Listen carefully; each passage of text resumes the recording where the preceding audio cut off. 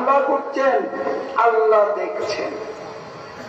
একদিন ইনশাআল্লাহ আল্লাহ আপনাদের জবাব দেবেন।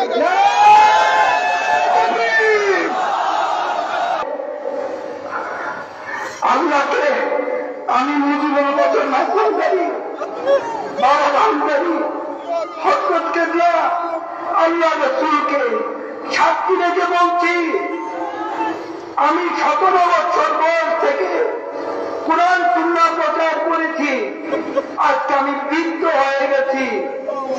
যদি মুজিবুর বছরকে আগের মতো স্টেজে যেতে দিতাম,